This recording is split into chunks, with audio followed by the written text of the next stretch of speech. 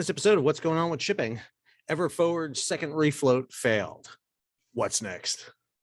I'm your host, Sal Mercogliano. Welcome to this episode of What's Going On with Shipping. If you're new to the channel, please take a moment, subscribe to the channel, hit the bell so you'll be alerted about new videos as they come out. Well, we had the second attempt on March 30th to refloat Everforward fail. She tried on March 29th, unable to get her floated free at that time, 5 tugs in use. March 30th, they gave her another attempt, but the reason for the second attempt on March 30th was the wind had shifted. So on March 29th, wind was out of the northwest at about 10-15 knots. They aimed for the high tide, but in Chesapeake Bay, the wind more than the tide affects the amount of water in the bay. So they went ahead and tried on March 30th because the wind shifted 180 degrees. It was coming from the southeast, south-southeast, pushed about a 2-foot high tide into Chesapeake Bay. They attempted to pull her off the embankment. They were unable to free her. And now they're going to have to reset. So let's talk about why this failed and what's going forward here with Everforward. So link over into the description of the show links, and one of the links will be from the Maritime Safety Innovation Lab. They were out on both days getting photographs showing Everforward. Again, you can see how Everforward is up higher at the bow than she is at the stern. You can see part of that boot topping, that red stripe right there that should be basically in the water is not. And the fact that she is well aground. Again, she was drawing 42 feet of water. She's in about 18 feet forward, about 24 feet aft. And again, when you start looking at those numbers, you start doing just, let's say the best case, 24 feet of water, 42 feet of draft. And I did math the other day and never do math live, but that's 18 feet. That's an 18 feet of difference right there, which means that she is implanted and embedded in the bottom of this. Understand, when she came out of the channel, when she field goaled through the 2 buoys at the top of the channel and didn't turn due south, but stayed on her original course of about 150 to 160 degrees, basically south-southeast, she plowed a channel into the mud. Basically, she pushed mud out of her way and threw it away. And she is about a ship length and a half off the channel right now. We'll talk a little bit more about that. And the mud that she's in is like concrete. I got a buddy on the barge down at Poplar Island that's pumping off the spoil that's being dredged from here by the Oyster Bay and the Dale Piatt. And it's taking Dale Piatt 4 to 6 hours to fill a barge. It's taking Oyster Bay 5 to 7 hours to fill a 4,000 to 6,000 cubic yard barge. It's taken them 13 hours to pump that material out. He says it's like heavy clay concrete, just really tough. And I got to imagine she is locked in this position tightly. When you look at the evolution that took place on March 30th, you'll see the Atlantic Salver and the Enterprise right here, the big tugs that came down from New York. There's a long tow out here to the Signet Warhorse 2. She's the other one pulling. And then you got a couple of tugs and barges here working with the Oyster Bay. And on the other side are 2 Moran tugs. So here are the 3 tugs, 2 pulling on the starboard quarter, 1 off the fantail. Hard to see, but Warhorse 2 is back here. She's behind the 2 Atlantic Salver tugs. Here she is looking bow on. This is the Dale Piatt. This is the dredge that's usually working the stern of the vessel. She's been moved out of the way. Oyster Bay and her tugs are on here on the starboard side. And you can see the Lynn and April Moran pushing on the port quarter. This is looking basically north. There they are, both pushing at the time. And again, the channel that they're trying to push the stern into is on the starboard side, on the right side of the vessel. And the aim that they're trying to do here is looking here at the bow. They want to pivot the vessel on the bow, get the stern out over to here, around to this area right here, so that they can engage the engine and try to pull her off.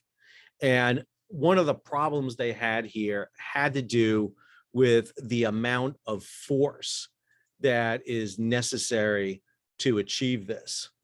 So this is a slide I put together the other day and I updated a little bit. This is how the tugs were arranged. So this was done, this is a survey that was done by the Army Corps of Engineers right after the vessel had come aground. The blue area here is the deep water of the channel. You'll see darker the blue, the deeper the water. You can see the line of the channel right there from the green to the blue. What she did is when she came out of the channel, you can see this green path right here. That is her plowing. I mean, plowing through the mud. She hit bow on at 13 knots into the mud and went a full ship length and maybe about a half to 2/3 of a ship length. She's 1,096 feet. So you're probably over 15 to 1,800 feet here.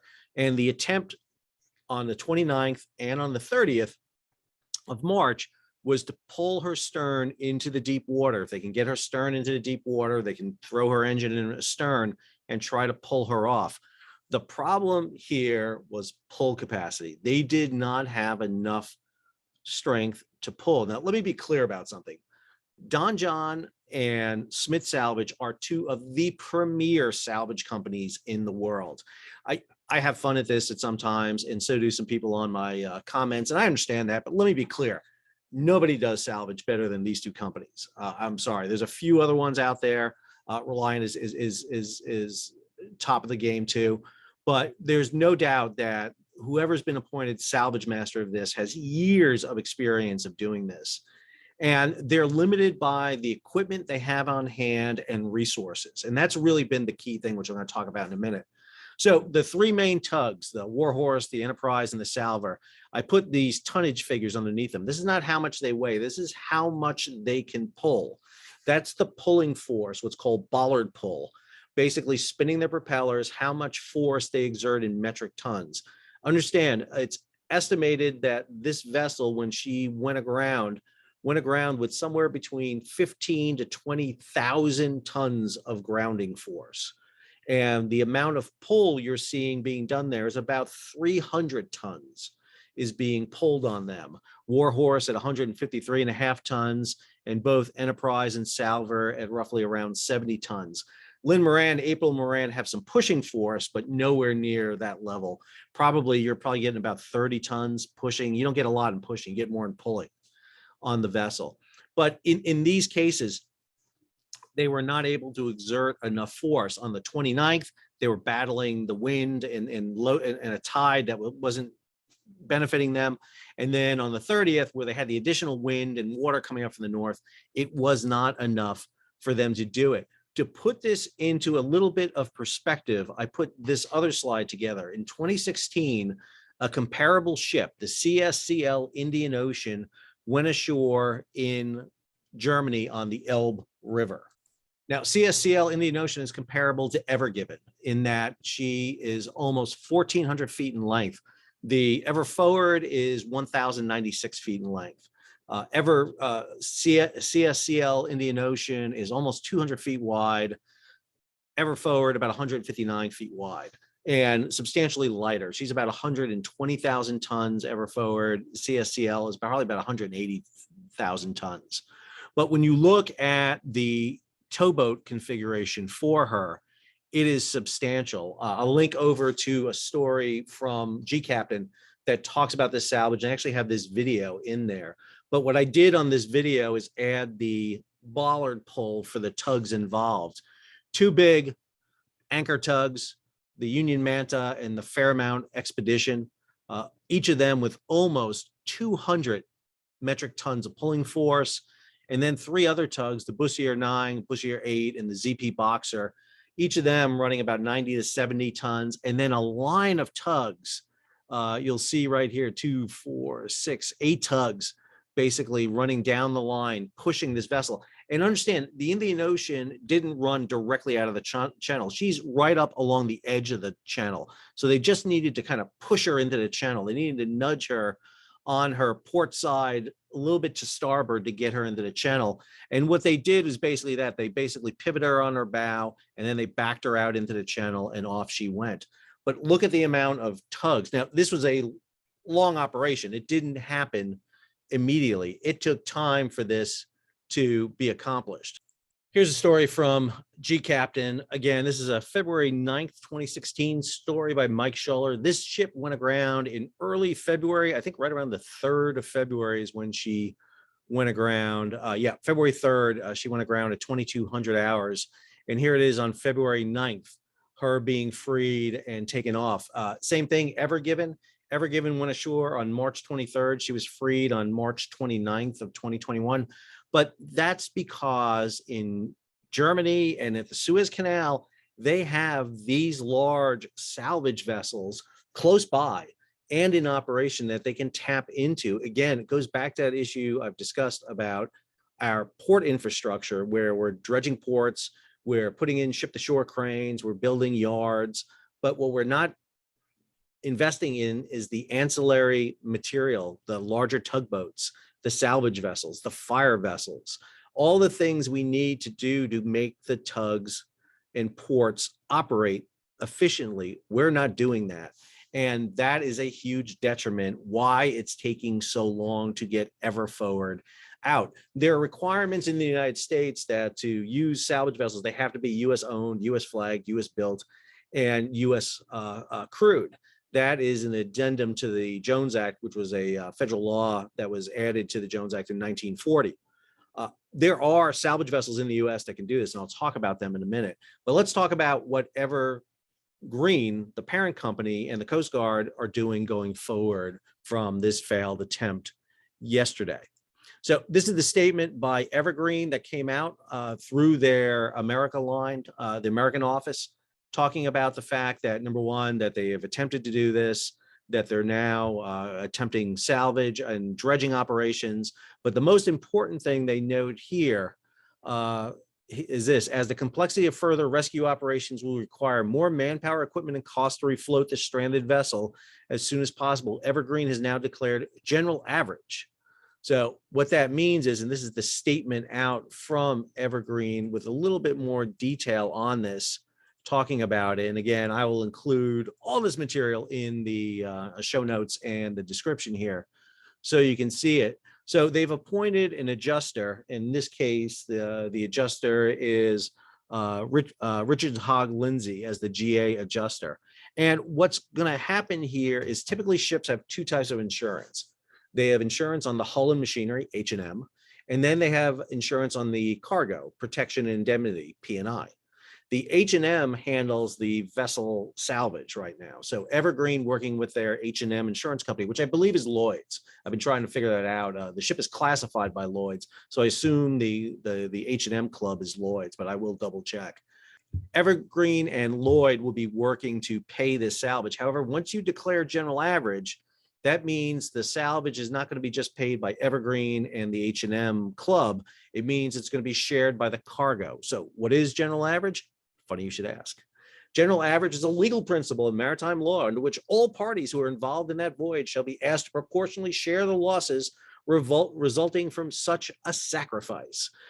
Again, one of those little details in the fine print of an agreement, which we all read. I mean, nobody ever just clicks yes on their iTunes agreement without realizing you've sold your soul to Apple. Hi, Steve Jobs. We know you're still alive somewhere. I'm kidding. It's a joke. But we've all signed those things. But in shipping, it's exactly true. So if you don't have insurance, for example, or if you don't realize this, you can be made to pay for additional fuel costs should fuel prices spike, port delays, detention of your cargo in ports because of custom issues, or the fact they can't get your cargo out because the port's jammed, LA and Long Beach. In this case, general average means that based on the value of the cargo you have on this vessel, you may be appropriated a certain amount of fees to help save the vessel. Sorry, Tracy, this is not looking good for you getting your apartment anytime soon. So all of this means that they're foreseeing this going on for a bit longer. This is the latest statement by the captain of the port for Sector Maryland. Baltimore has opened. You'll see that the port is open. They did issue a statement. This is an update that they issued right here. A second attempt to refloat Ever Forward will occur on Wednesday, March 30th. They haven't updated this since then. It goes on here in the next paragraph. If the above described evolution is unsuccessful, it was. A third attempt to refloat Ever Forward will occur on or about April 4th to 6th. This effort will involve 2 anchored pulling barges and 5 tugs positioned around around the vessel. Barges. So what they want to use those barges for, much like we looked at the diagram for CSCL Indian Ocean, is you get more bollard pull with an anchored barge pulling. And so what they're trying to do is increase the amount of bollard pull, the amount of force dragging on the stern to pull them off. What they want to do is dredge around the vessel down to 42 feet, which is roughly the draft of the vessel. And what they would like to do is dredge around to 42 feet, probably a little bit lower than that, so that they can pull the vessel. They won't be pushing up mud along the side and the stern and try to get her out. So you can expect to see a really targeted, focused dredging along her stern, down her starboard side, up around the bow, so that they can pivot that vessel and get it out. Now, there are other larger tugs that can be brought in. The two Atlantic vessels came down from New York. The Warhorse 2 came up from Norfolk. There are other vessels, particularly along the Gulf of Mexico, and a couple of companies operate such vessels. For example, Edison Suez offshore has a whole series of vessels that are used for the offshore oil industry, including large anchor tugs that are used to anchor floating offshore platforms. And they have for example, a pretty extensive fleet. And I'll be interested to see if Donjon Smit takes advantage of some of these vessels, contract with them to come up to provide them with more pulling power. And there's other companies too, besides Edison Suez. Hornbeck Offshore operates some of these vessels. Otto Candies, there's a batch of them down in Louisiana and Texas that operate out of Fouchon and Morgan City. So there are other assets that can be brought in. You can't bring in foreign vessels unless you get a waiver for that via the Jones Act with that addendum of 1940. The other question I got to ask, which is a really interesting one too, and it really should be addressed, is where's the U.S. Navy? Why is the U.S. Navy not providing assets here? Well, the Navy has a grand total of 5 salvage vessels. That's it. 5. Used to have more. Used to have 10, but now they're down to 5. And in the area is only one, and that's this vessel right here. Not specifically this one, but actually this is the USNS Apache, what's referred to as a fleet tug. Now, she has a pretty decent pulling capacity, somewhere between 60 and 80 tons. I've seen different numbers for her listed, but basically 60, 80 tons. She's down in Little Creek, Virginia. She went out to sea while the refloats were going on, but she's back, and a request could be made to bring Apache up to assist. There are 3 of these fleet tugs, but one's in the Pacific and one's in the Indian Ocean, so they're nowhere near. There are 2 actual salvage vessels the U.S. Navy has. One's on the West Coast and one's out in the Pacific. They have a bollard pull of about 60 to 70 tons. What's interesting is the U.S. Navy is building a whole new class of these vessels, what are referred to as the Navajo class. The Navajo class is a brand new design. They will have a bollard pull of 176 tons. Fantastic, absolutely great. The problem is there's going to be 8 of these built, but we have decommissioned and taken out of service vessels before we've brought the new ones into service. And so these vessels are not in service yet. They'd be great to have, they'd be wonderful to have, but they're nowhere to be seen. But again, this goes back to that issue about investing in our ports and our maritime infrastructure. Sure, we can go pull European, Asian salvage vessels over into the United States, but we really need these capabilities close at hand when these incidents occur. And what we should be doing is looking at what type of salvage, rescue, firefighting equipment, dredge capacity we have. We're building dredges. We're building, as I found out in one of my videos, we're building dredges. Dredges are being built. The problem has been funding dredges and getting enough money into the funding of the dredges and ensuring we have the requisite dredging capacity where we need it. The state of Georgia, for example, just completed a massive dredging project with the port of Savannah, but they're going to have to maintain that dredging now. They're going to have to maintain it. You know, going down requires excess dredging, and we really need to be investing in our port infrastructures, not just lay down area, containers, container cranes, all the things you hear in the news with the supply chain, but how to safely operate these vessels. The reason you saw a rash of these vessels going ashore in Europe is because, again, they were accommodating these new size vessels. As long as you keep building vessels this big, they will come. And if you're not ready to handle them, you're going to have accidents. We've had groundings and accidents every year. That's not the issue. The problem today is the vessels are bigger and they're going faster. And when accidents occur, they're more difficult to extract. That's the key. Hope you enjoyed the video. If you did enjoy the video, hit that little button right there that says subscribe. Hit the bell too, so you'll be alerted about new videos when they come out.